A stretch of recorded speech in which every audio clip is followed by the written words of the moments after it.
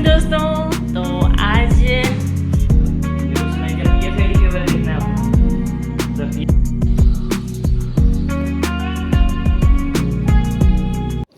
Good morning दोस्तों, स्वागत है आप सभी का मेरे चैनल पे। और आप लोगों के साथ आज मैं शेयर कर रही हूँ सूजी और बेसन का हलवा। बहुत ही टेस्टी बनता है। तो चलिए स्टार्ट करते हैं। तो शुद्ध घी लूँगी मैं और उसमें तेज़ पत्ता, लौंग और बड़ी इलायची डाल के, और सूजी जितना भी आपको भूनना है, मतलब अगर 1 कप सूजी है ना तो बढ़िया 2 चम्मच घी डाल के और उसे अच्छी तरह से भून लेंगे जब तक लाल ना हो जाए सूजी। उसको धीमी आंच पे भूनेंगे। और ये हलवा ना बनाने के बाद जब बच्चे खाते हैं ना, बच्चे क्या कोई भी मतलब खाता है तो तारीफ़ ही करता है, क्योंकि मेरे घर में जब भी इसको बनाती हूँ सब बहुत पसंद से खाते हैं। तो जब सूजी भुन जाएगा ना, तो अगर आपने 1 कप सूजी लिया है ना तो उसमें 1/4 बेसन मिलाएंगे सूजी भुनने के बाद, क्योंकि बेसन जल्दी भुन जाता है। तो बस सूजी के साथ बेसन को भून लेंगे। और बेसन का ना कच्चापन जो होता है ना वो बस ख़त्म हो जाए, उसका कलर चेंज नहीं करना है, नहीं तो फिर आपका जो हलवा है ना वो काफ़ी ज़्यादा मतलब ब्लैक ब्लैक दिखेगा। तो बेसन भी भुन जाएगा और इसमें हम मिला लेंगे 2 कप पानी और 1.5 कप शक्कर। बहुत ही टेस्टी बनेगा। और अभी ये गीला है, धीरे धीरे जब सूजी पानी को पिएगा ना तो आपका गाढ़ा हो जाता है। तो इसको धीमी आंच पे ही पकने देंगे अच्छी तरह से। और उसके बाद जब तक उधर वो भुन रहा है तब तक मैंने इधर बना लिए हैं पूड़ी। मतलब हलवे के साथ ना पूड़ी बहुत ही टेस्टी लगता है, और साथ में आम का अचार। मतलब ये खाना ना कहना चाहिए हर किसी को पसंद आएगा, पूड़ी हलवा और आम का अचार। और भोग में भी ना पूड़ी हलवा जब मिलता है ना तो बहुत ही टेस्टी इसीलिए लगता है। तो यहाँ पे पूड़ियाँ सारी फटाफट से छन जाएंगी। और देखो पूड़ी कैसे मेरी बाहर जा रही थी। मतलब सुबह सुबह इतनी जल्दी रहती है ना तो उसमें ये सब हो जाता है। और ये जो रेसिपी है ना, ये मैंने 2 दिन पहले बनाया था, शायद शेयर नहीं किया था आप लोग के साथ। आज जब वीडियो एडिट कर रही थी तो मुझे ये वीडियो दिखा, तब फिर मैंने इसको आज के ब्लॉग में ही मैं इसको कहना चाहिए ऐड कर दी हूँ। यहाँ पे छन गई हैं सारी पूड़ियाँ मेरी। और हलवा आप देख लेते हैं। तो हलवे में मैं धीमी आंच पे जब पकाते हैं ना तो हलवा अच्छी तरह से सूख जाता है, गाढ़ा हो जाता है, कुछ इस तरह से है। और अब इसमें डाल दूंगी इलायची पाउडर, इससे इसका स्वाद जो है ना दुगना हो जाता है। ऊपर से आप चाहो तो इसमें घी और डाल सकते हो, बहुत ही टेस्टी लगता है। ड्राई फ्रूट्स डाल दूंगी, बादाम है, काजू है, जो भी आपको पसंद हो। तो इस तरह की रेसिपी थी। तो आप लोगों को अगर रेसिपी पसंद आई होगी ना तो बना के ज़रूर ट्राई करना और कमेंट में बताना कैसा बना था। तो चलिए फिर जहाँ कल ब्लॉग ख़त्म की थी वहीं से शुरू कर रही हूँ। तो जो सबसे बड़ी कमी थी ना इस ब्लॉग में, तो ये जो मैं दाल रखी हूँ ना, ये दाल ढक्कन से पूरे दाल नीचे गिर के गैस पे गिर रहे थे। तो मैं आप लोगों के साथ बातें कर रही थी और उसके बाद ये वाली क्लिप को जब मैंने देखा तो मैंने सोचा इसको कल के अब उसमें डालूंगी। तो बल्कि कमेंट भी आ गया था कि मैम दाल गिर रहा है। भाग्य लक्ष्मी का कमेंट आ गया था मुझे कि आपकी दाल गिर रही है, गैस बंद हो जाएगा। तो हाँ, मैं जब गिर रहा था ना तब मैंने नहीं देखा, क्योंकि मैं ना उधर मिर्ची निकाल रही थी डंठल उसके, और भी दूसरे काम कर रही थी। तो ये बिल्कुल ऐसे छिप जा रहा था कढ़ाई के पीछे, तो पता नहीं चल रहा था। फिर मैं बहुत देर बाद नोटिस की कि सीटी नहीं लग रही है। फिर देखी तो जो मेरी हाउस हेल्पर है ना, तो वो बर्तन जब धोती है ना तो कुकर का जो रबड़ है उसको भी खोल के धोती हैं। तो शायद वो ना उल्टा हो गया था रबड़, इसलिए पूरा पानी बाहर आ रहा था। फिर इस कुकर को मैंने धोया और सीधा करके फिर उसको लगाई, तब जाके उसमें सीटी आ रही थी। फिर मुझे याद आया कि इसमें पानी डाल दूँ आधा गिलास, क्योंकि पानी सारा तो गिर गया है। पानी डाली, फिर याद आया मुझे दोबारा कि इसमें हल्दी नमक भी डालना है। तो उधर मतलब इतना व्यस्तता हो जाता है ना कभी कभी लाइफ में कि काम भी करते जाओ इधर भी करते जाओ। तो फिर नमक और हल्दी थोड़ा थोड़ा सा और डाली, क्योंकि पानी पूरा गिरा तो साथ में हल्दी और नमक भी निकल गया था। तो बस अब ये सीटी लग जाएगी, 3-4 सीटियाँ लगती हैं, उसके बाद ये दाल गल जाता है। और मेरे यहाँ के जो पानी है ना, इसमें दाल जल्दी गलता नहीं है। तो इसलिए मैं ना दाल को हमेशा आरओ के पानी से करती हूँ। नल के पानी से, अगर बोर के पानी से मैं डायरेक्ट दाल बनाऊँ ना तो नहीं बनता है। तो मैं जो आरओ का पानी पीने का जो रहता है उसी पानी में दाल बनाती हूँ। और सुबह के लिए अभी से अब तैयारी शुरू कर दी, क्योंकि अब सावन आने वाला है तो कुछ तैयारियाँ पहले से करनी पड़ती हैं। तो सुबह उठने की आदत जल्दी अब बनानी होगी। मतलब जल्दी तो थी ही, अभी मुझे ना अब 5:30 की बजाय 5 बजे ही उठना पड़ेगा, ताकि जल्दी से ये सब करके फिर मैं टाइम पे पूजा कर पाऊँ। क्योंकि बाकी दिनों में ना थोड़ा सा लेट पूजा चल जाता है, लेकिन सावन में ऐसा लगता है सुबह सुबह से दीपक जल जाए घर में तो अच्छा लगता है देखने में भी, और एक खुशनुमा माहौल भी हो जाता है। मतलब पूजा कर लो तो एक अच्छी वाली फीलिंग भी आती है कि हाँ पूजा हो गया है, अब कोई भी काम कर सकते हैं। तो इसलिए उसकी आदत आज से ही डाल रही हूँ मैं। तो यहाँ पे जो करेला है इसको मैं काट के रख दूँगी ताकि सुबह बस ना इसको बनाना रहेगा, क्योंकि करेला भिंडी ये सब सब्जियाँ ना जितना बनने में टाइम नहीं लेती उतना कटने में टाइम लेती हैं। और साथ के साथ उठ करके यहाँ पे मैं खाना भी बनाते जा रही थी। तो करेला सारे कट गए थे तो अब इनको मैं रख दूँगी फ्रिज में डब्बे में डाल के। तो अपना कल सवेरे बस बनाना रहेगा, बस प्याज काटना रहेगा उस समय। तो करेला भुनता रहता है तब तक प्याज कट जाता है। और यहाँ पे मलाई 2 दिन से जमा के रखी थी, मुझे फ्रिज में भी रखना पड़ गया था इसको, टाइम ही नहीं मिल रहा था कि मैं मक्खन निकाल लूँ। तो फ़िलहाल यहाँ पे अभी मक्खन निकाल लूँगी। और मक्खन निकालने के लिए ना मैं फ्रिज का जो पानी होता है उसको डालती हूँ तो बहुत ही जल्दी निकल जाता है। मैंने 2 या 3 मिनट मथनी से मथने के बाद पानी डाल दो तो वो सारा मक्खन जो है ना अपने आप से ऊपर आने लगता है। तो यहाँ पे पूरा मक्खन जो है उसको निकाल लूँगी मैं बाहर। और यहाँ सब्जी भी हो गई है रेडी, साथ में सारे काम होते जा रहे हैं फटाफट से। आप लोगों को देखने से लग रहा होगा कि ये तो 2 मिनट का काम है, लेकिन पूरा दिन मेरा चला गया था कल के भी ब्लॉग में और आज के भी ब्लॉग में। मतलब इतना ज़्यादा काम कभी कभी बढ़ जाता है। और ये मलाई वगैरह मैं इसलिए निकाल रही थी मक्खन, ताकि घी निकल जाएगा इसका, फ्रिज खाली हो जाएगा ना तो फ्रिज भी साफ़ कर दूँगी, ताकि जो अभी पूजा के जो फ्रूट्स वगैरह आएंगे ना, फल वगैरह, दूध दही जो भी बेलपत्र वगैरह, तो वो फ्रिज के ऊपर वाले पार्ट में रहेंगे, नीचे के पार्ट में फिर सब्जी वगैरह रहेंगे। तो इसलिए मतलब साफ़ सफाई ये 3 दिन चलेगा ही चलेगा, पूरे ब्लॉग में आप लोग को यही सब दिखने वाला है।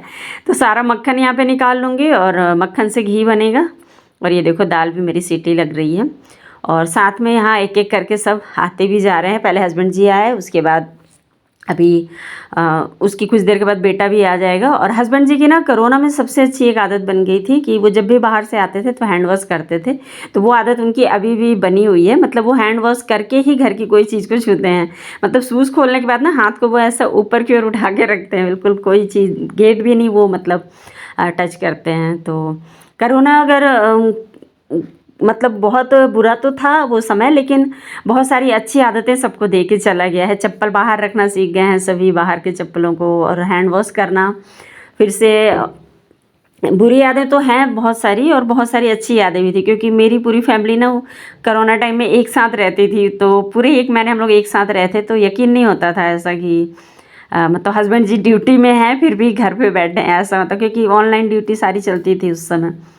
तो ये एक अच्छी आदत मिल गई थी हैंड वॉश की। और यहाँ पे मेरा मक्खन भी हो गया है तैयार।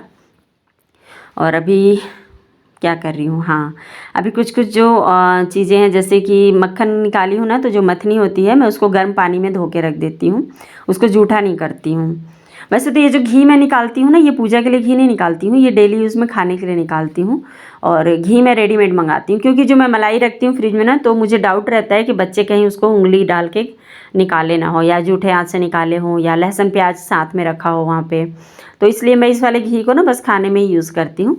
मगर जो मथनी है ना उसको मैं साफ से ही धो के रखती हूँ कि कभी पूजा का भी कुछ सामान वो करना पड़ा। और उसके बाद फिर यहाँ पे हो गई है शाम, हस्बैंड जी निकल रहे हैं ऑफिस। और आज बेटा आज थोड़ा लेट आया है क्योंकि आज उसके डाउट सेशन थे। और यहाँ पे बस वो अपने पापा के साथ बातें कर रहा है कि क्या कैसे चल रहा है अभी क्लास में। और वो अपने बैग भी नहीं उतार रहा है नीचे, तो मैं बोल भी रही थी बैग तो उतार लो। फिर उसके बाद बैग उतारा। और यहाँ पे हस्बैंड जी शूज़ पहनने के बाद फिर से हैंड वॉश किए, क्योंकि इनको ये बहुत ही कहना चाहिए इनको बीमारी सी है, मतलब जब भी शूज़ छुएंगे तो वो हैंड वॉश करेंगे ही। और अच्छी आदत भी है वैसे तो। और यहाँ पे ये निकल जाएंगे अब ऑफिस। और आज स्कूटी में पेट्रोल ख़त्म थी सुबह, तो आयुष को आज साइकिल से जाना पड़ा था, तो अभी वो लेके जा रहे हैं, तो उधर से लेके आएंगे पेट्रोल भरा के। और जब हम लोग अंदर आए ना, तो यहाँ ट्रंक एक रखा हुआ है हमारे पोर्च में, जो रेंट वाले लोग हैं ना उन्हीं में से एक का रखा हुआ है। तो इसके नीचे ना बिल्ली अपना बिल्कुल कहना चाहिए अड्डा जमा रही है। तो हम लोग देख रहे थे उसको कि वो बिल्ली बैठी हुई है नीचे। फिर उसको भगाना भी ज़रूरी था, नहीं तो फिर यहीं रहने लगती, इसलिए मैं उसको भगाई। उसके बाद फिर ऊपर आई। और शाम हो ही गया था, तो मेरी हाउस हेल्पर भी आ गई थी, तो मैं सारा बर्तन खाली करके उनको दे रही थी और उनसे बातें भी कर रही थी कुछ कुछ। और अभी अपने सब्सक्राइबर से मैं बात कर लेती हूँ। तो मैंने जब चींटियों के लिए पूछा था ना आप लोगों से उपाय, तो उसमें मुझे 2-3 लोगों ने मुझे सजेस्ट किया था। तो पहला तो था लक्ष्मण रेखा से आप मतलब वो कर लीजिए। साधना ने मुझे बताया था, ये मुझे जानती भी है और मतलब हम दोनों एक दूसरे को जानते हैं, हम साथ में पले बड़े हैं जहाँ पे रहते थे हम लोग। तो उसने मुझे कमेंट करके बताया था लक्ष्मण रेखा के लिए। तो लक्ष्मण रेखा तो है मेरे यहाँ पर ना, जो टाइल्स है ना उस पर उससे लाइन खिंचती ही नहीं है, बिल्कुल वो अजीब सा प्लेन सा हो जाता है। और किचन के ना दीवारों पे भी टाइल्स है तो उस पर भी मैं नहीं खींच सकती हूँ। दीवार पे जो पुट्टी वाली दीवार होती है उस पर तो लाइन खिंच जाए, बट यहाँ पे टाइल्स ही लगा हुआ है तो उस पर भी नहीं खींच सकती हूँ। और दूसरा मेरी एक सब्सक्राइबर हैं, वो मेरी यूट्यूब फैमिली से मुझे मिली हुई हैं, तो उन्होंने मुझे हल्दी का बताया था। और मुझे पता है बिल्कुल मेरे दिमाग से ये बात उतर गई थी कि हल्दी डालने से भी चींटियाँ दूर भागती हैं। मैं खुद कई बार ये चीज़ें की हूँ फिर भी से। तो थैंक यू, आप लोगों ने मुझे सजेस्ट किया और मुझे याद भी आ गया दोबारा से। तो अभी चींटियों से थोड़ा सा निजात मिला हुआ है। खैर इनसे अभी छुटकारा तो नहीं मिला, नहीं ऐसा बोलूँगी। और यहाँ पे हो रहे हैं सुबह के 5:30। फ्रेश हो गई हूँ। सब्जी मैंने करेला जैसे बोला था ना आप लोगों को, तो उसको डाल दी हूँ। अब यहाँ पे आ गई हूँ तो मंदिर का लाइट बंद कर रही हूँ और सारे गेट खोल दूँगी मैं। और ये देखो मॉर्निंग में सुबह के 5:30 बजे अभी बिल्कुल इस तरह से सूरज निकल रहे हैं। ठंड में तो 5:30 बजे भी अंधेरा रहता है, पर अभी गर्मी वाला है ना मौसम, भले बारिश हो रहा है पर आज मौसम पूरा खुला सा है तो बढ़िया सी धूप निकली हुई है। तो यहाँ पे बस करेले का भुजिया बनाऊँगी और साथ में बनाऊंगी रोटी। तो भुजिया मैंने छौंक दिया है और थोड़ा सा बस इधर आ गई थी वही गेट वगैरह खोलने। मतलब सुबह सारे काम रहते हैं तो उसी में ब्रेक ले ले करके 5-5 मिनट का ब्रेक तो मिल ही जाता है कि चलो ये काम भी कर लें वो काम भी कर लें ऐसा। और सुबह सुबह ना चिड़ियों की चहचहाहट मुझे बहुत पसंद आती है। और ये देखो सनराइज़ कितना प्यारा दिख रहा। सुबह सुबह तो बहुत प्यारा दिखता है और दोपहर में तो बिल्कुल बैंड बज जाती है जब कड़ा सा धूप रहता है ना और गर्मी लगती है तो ऐसा लगता है क्या कर लें कि बिल्कुल रोशनी अंदर ना आए। पक्षियों का उड़ना, मतलब यहाँ पे मुझे मॉर्निंग में मैं 5 मिनट तो कम से कम दे ही देती हूँ, अगर 10 मिनट नहीं भी देती हूँ तो। और आप लोगों को भी इसमें इंक्लूड कर लेती हूँ, दिखा देती हूँ आप लोगों को भी। आसमान तो आज काफ़ी खुला हुआ था तो मुझे समझ में आ गया था आज मौसम खुला रहेगा। तो हो गया यहाँ पे हस्बैंड जी का रेडी लंच बॉक्स। तो रोटी, करेले का भुजिया और दही, आज इतना कुछ लेके जाएंगे ये। और छोटे बेटे की आज छुट्टी है, स्कूल में उनके यहाँ सप्लीमेंट्री एग्ज़ाम चल रहे हैं 12th या 10th वालों के, तो उस वजह से उनकी क्लास को सस्पेंड कर दिया गया है। तो बस इसके पापा का और बड़े वाले बेटे का लंच बॉक्स रेडी करना है, तो उसका भी लंच बॉक्स रेडी कर दूंगी अभी मैं, क्योंकि आज ढेर सारे काम मैं सोच के रखी हूँ। तो सबसे पहले हस्बैंड जी को बाय बोलने के बाद सीधे आ गई हूँ, किचन क्लीन कर रही हूँ, क्योंकि ये काम हो जाने के बाद ना चींटियों से थोड़ी सी निजात मिल जाती है। मैं मतलब ऐसे डरती हूँ कि थोड़ा भी आटे का एक भी डस्ट रहेगा ना तो फिर चींटियाँ आ जाएंगी। मगर यहाँ पे बेडरूम ऐसे ही पड़ा है, अभी उन लोगों को अभी नहीं समेटी हूँ। उससे पहले करूँगी हेयर केयर। तो आज बालों में लगाने वाली हूँ प्याज का रस, क्योंकि फिर उसके बाद ना ज़्यादा पूजा का टाइम रहा करेगा सावन में तो उतना केयर नहीं कर पाती हूँ मैं बालों का, इसलिए मैंने सोचा आज कर लेती हूँ। और कल और परसों 2 दिन है तो जितना कर सकती हूँ कर लेती हूँ करके। तो यहाँ प्याज का जो है उसको ग्राइंडर में ग्राइंड करके और रस उसका निचोड़ लूँगी अच्छी तरह से। आप चाहो तो वो जो कद्दूकस करने वाला होता है ना उससे भी प्याज को घिस लोगे तो उससे भी बढ़िया से हो जाता है। तो बस प्याज का रस निकालना है, जैसे भी आप निकाल लो, और उसमें ना अरंडी का तेल डाल के 1 चम्मच बढ़िया से सेक कर लो और उसको फिर लगा लो। और मैं इस डब्बे में डाल के लगाती हूँ। और इसके लिए थैंक्स बोलूँगी मैं। अनूपपुर में जब मैं रहती थी ना तो हमारे बगल में रहती थी एक निशा नाम था उनका। वो शायद मेरे ब्लॉग देखती भी हैं क्योंकि स्टेटस में उनका सीन होता है, तो उनकी वजह से ये डब्बा आज तक है मेरे पास। ऐसा नहीं है कि वो नहीं देती तो नहीं मिलता, क्योंकि वो इंदुलेखा का तेल का जो आता है ना डब्बा वही रहता है, तो वो अगर मैं एक डब्बा मंगा लेती तो वो मिल जाता। बट वो ना मुझे एक बार प्याज का रस ना कॉटन से, मैं रुई की कॉटन जो होते हैं ना वो उनसे लगा रही थी, तो वो मुझे देखे थे तो बोली थी कि भाभी आप ना इस डब्बे में डाल के लगाओ तो अच्छे से लग जाएगा। और सच में बहुत अच्छे से लग जाता है। तब से ये डब्बा मेरे पास अभी इतना यूज़फुल है ना ये मेरे लिए कि 3 साल होने को आ गए, अभी तक ये डब्बा मेरे पास ही है। और मैं जब भी इस डब्बे को यूज़ करती हूँ तो मुझे निशा ज़रूर याद आती है। तो थैंक यू सो मच निशा। अगर आप मुझे मेरे मतलब वीडियो देखते हो ना तो कमेंट करके मुझे ज़रूर बताना कि ये मैसेज आपको मिला कि नहीं। और यहाँ पे मैं अच्छी तरह से पूरे जो लेंथ है ना उनमें भी हाथों से लगा लूँगी, क्योंकि सिर में तो उससे कॉम्ब की तरह उससे लग जाता है, बट इधर लगाने के लिए ना आपको हाथों में ही ले करके अच्छी तरह से लगाना होता है। और काफ़ी फ़ायदेमंद रहता है ये, इससे बाल जो झड़ते हैं ना वो कम हो जाते हैं, और जो दाना दाना रहता है ना सिर में, बारिश के मौसम में अक्सर हो जाते हैं, इचिंग होती है, ऐसा लगेगा जुआ है बाल में, और उसको जब वहाँ पे टच करो तो उठा सा उभरा सा दाना सा रहता है, तो उसमें ये बहुत काम आता है। मेरे साथ भी कई बार हो जाता है, तो मैं इसको इसीलिए हमेशा लगा ही लेती हूँ। महीने में 1 बार 2 बार तो ज़रूर लगा लेती हूँ, और इससे ना बालों की लेंथ भी अच्छी रहती है। और ऐसा नहीं बोलूँगी कि बाल नहीं झड़ रहे हैं, मेरे भी बाल झड़ रहे हैं बारिश में, थोड़ा सा एयर केयर कम होता है, पर ये है कि हो गया, बाल झड़ते ही हैं, मतलब घर की खेती है, जब चाहे तब उगा लो, जब चाहे तब कम कर लो, ऐसा वाला रहता है, तो इसलिए ज़्यादा टेंशन नहीं लेती हूँ मैं। फ़िलहाल हेयर केयर करने के बाद पूरे घर का केयर कर रही हूँ, और बेड पूरा क्लीन करूँगी। और आजकल सब एक ही बेड में सो रहे हैं, क्योंकि उस रूम का जो एसी है ना वो बिल्कुल कूल नहीं हो रहा है, मतलब कूलिंग जो होती है ना वो ये नहीं हो रही है, बाकी सब कुछ तो हो रहा है। और कॉल कर रहे हैं तो वो फ़ोन नहीं उठा रहे हैं, तो अब जाके स्पेशली ऑफिस में बात करना होगा, लेकिन इनको वो बिल्कुल टाइम अभी मिल नहीं रहा। बेडरूम बिल्कुल क्लियर कर लिया, अब उसके बाद हॉल को ठीक करूँगी। और ऐसा नहीं है कि मेरा हॉल हमेशा ठीक रहता है, क्योंकि मेरे भी बच्चे ना बड़े तो हो गए हैं, लेकिन फिर भी शैतान ही है, मतलब सोफे की जगह पे भी नहीं रहने देते, वो तो उसको भी खिसका देते हैं, ये हाल है, मतलब बहुत बुरा हाल कर देते हैं कभी कभी रूम और हॉल का।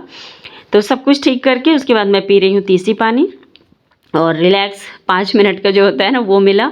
उसके बाद आ गई हूँ छत पे, क्योंकि कल से बारिश नहीं हो रही है और आज भी मुझे बारिश के आसार नहीं दिख रहे हैं, तो गमलों में पानी डालना ज़रूरी है, नहीं तो फिर गमले ना बहुत जल्दी उनके पौधे मुरझा जाएंगे। और वैसे भी मेरी जो गमलों में जो मैंने लगाए हैं ना पौधे, उनकी जो ग्रोथ है ना वो काफ़ी धीरे हो रही है, क्योंकि मैं इसमें अभी तक ना खाद के नाम पे कुछ भी नहीं डाली हूँ। और जब कभी अब दुकान जाऊँ तो फिर लेके आऊँ। और इसमें से ना अभी लताएँ निकल रही हैं, तो उनको ना मैं ग्रिल से लेके वहाँ तक धागा बांध दूँगी, तो वो उसमें ग्रिल तक पहुँच जाएंगी। तो बस वही कर रही थी, क्योंकि वो नीचे रह रही है ना तो पानी में सड़ जाएंगी, अगर बारिश ज़्यादा हुआ ना तो गमलों के अंदर रहेंगी तो पत्तियाँ पूरी ना उनकी सड़ जाएंगी, तो इसलिए मैं इनको धागे से बांध के ऊपर कर दे रही हूँ। तो ये भी एक अच्छी गार्डनिंग टिप्स है आप लोगों के लिए। अगर आप लोग भी लता वाली कोई भी प्लांट लगाए हो ना तो उसको धागे से बांध के, और ऊंचाई में ग्रिल वगैरह हो किनारे में, या गमले में ही एक डंडा डाल के और उसके ऊपर लगा दीजिए, ताकि वो प्लांट्स ख़राब ना हो। तो ऊपर का सारा काम करके नीचे आ गई, और ग्रॉसरी 2 दिन से आके रखा हुआ था, आप लोग तो देखे ही होंगे अगर आप लोग मेरा पुराना ब्लॉग देखते होंगे तो टाइम ही नहीं मिल रहा था, और आज मिला है टाइम, तो बस सारा ग्रॉसरी है जो उसको खाली करूँगी। और इस बार ना एक्स्ट्रा ग्रॉसरी भी हमने मंगा लिया था, क्योंकि सावन में कुछ ज़्यादा ही यूज़ होने वाला है ग्रॉसरी। मुझे तो ऐसा लगता है सावन नहीं त्यौहार आ गया कोई, जबकि छन्ना कुछ भी नहीं है, लेकिन फिर भी ढेर सारा सामान आ जाता है। अब यहाँ पे ये सारा क्लियर करके फिर मैं यहाँ पे वापस से पोछा लगा दूँगी, क्योंकि जो ग्रॉसरी का सामान है ना उसमें मैदा सूजी रहता है ना, तो एक एक दाने उसके रह जाते हैं। और अब इधर पतंजलि का जो प्रोडक्ट था वो अलग डब्बे में आया था, तो इसको भी खाली कर लूँगी। तो पूजा के लिए इस बार 3 डब्बे बाती आ गई है, क्योंकि सावन में ज़्यादा दिया वगैरह मंदिर वगैरह जाते हैं ना, ज़्यादा यूज़ होता है। तो टोस्ट भी मंगा लिए हैं, क्योंकि सुबह सुबह कई बार क्या होता है पूजा अगर करना है ना तो नाश्ता नहीं बन पाता है टाइम पे। और ये देखो पापड़ तो 2-2 पैकेट आ गए, क्यों? क्योंकि अभी पापड़ छनेगा नहीं तो मतलब ये वाले पापड़ ना सेक के भी आप खाओगे तो बहुत टेस्टी लगते हैं, तो इसलिए स्पेशली सावन के लिए मेरे घर ये वाले पापड़ आ जाते हैं। वैसे नहीं तो ये वाले 1 पैकेट ही आते थे, पर इस बार 2 से 3 पैकेट आ गए हैं। और बिस्किट तो एज़ यूजुअल मेरे घर ढेर सारा ही आता है, लेकिन एक बार आता है फिर 3-4 महीने चलते हैं, मतलब पिछले 2-3 महीने बाद ये बिस्किट्स आए हैं। गुड मॉर्निंग दोस्तों। तो आज सारे काम हो गए फटाफट, 9:30 हो रहे हैं। मैं भी आज जल्दी से नहा ली हूँ और आज हेयर वॉश की हूँ, और आज ढेर सारे काम निपटाने हैं, क्योंकि अब सावन में सिर्फ 2 दिन रह गए हैं आने में। तो सफाई के साथ साथ कुछ चीज़ें जो कि इकट्ठी हो जानी चाहिए इस तरह की, वो सब कुछ भी आज कर रही हूँ। आज क्या, आज कल और परसों 3 दिन तक चलेगा, और पूर्णिमा का व्रत तो रहेगा ही पूर्णिमा के दिन, तो इसलिए मुझे 1 दिन पहले से तैयारी करनी पड़ रही है। आज 5 बजे भोर से ही उठ गई थी। तो चलो अभी पहले पूजा कर लेती हूँ, फिर बाकी के काम निपटाएंगे। और आज मैंने पहना ये वाला सूट, क्योंकि मुझे जाना है एक जगह मतलब नंद लगेंगी मेरी, उनकी बेटी का कल एक्सीडेंट हो गया था, तो कल हस्बैंड जी को समय नहीं मिला, तो आज बोले हैं लेके जाने के लिए। देखो लेके कब जाएंगे, तो इसलिए मैं आज यही वाला ड्रेस पहन ली कि चलो पहले पूजा कर लेते हैं।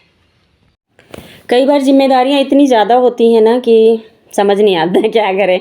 मतलब पूजा करने जा रही थी, फिर जो बड़ा बेटा है उसको मतलब टाइम हो गया था, उसका भी 9:30 हो गए थे, तो कोचिंग जाना था, तो उसको भी नाश्ता चाहिए था। तो नाश्ते में आज ना मैं दही चूड़ा होता है वही रखी थी, क्योंकि बच्चे को है ना कि ऐसा कि घर में भी रोटी खाएं लंच में भी, इसलिए अगर रोटी बनती है लंच में तो ब्रेकफास्ट में कुछ अलग ही चाहिए होता है।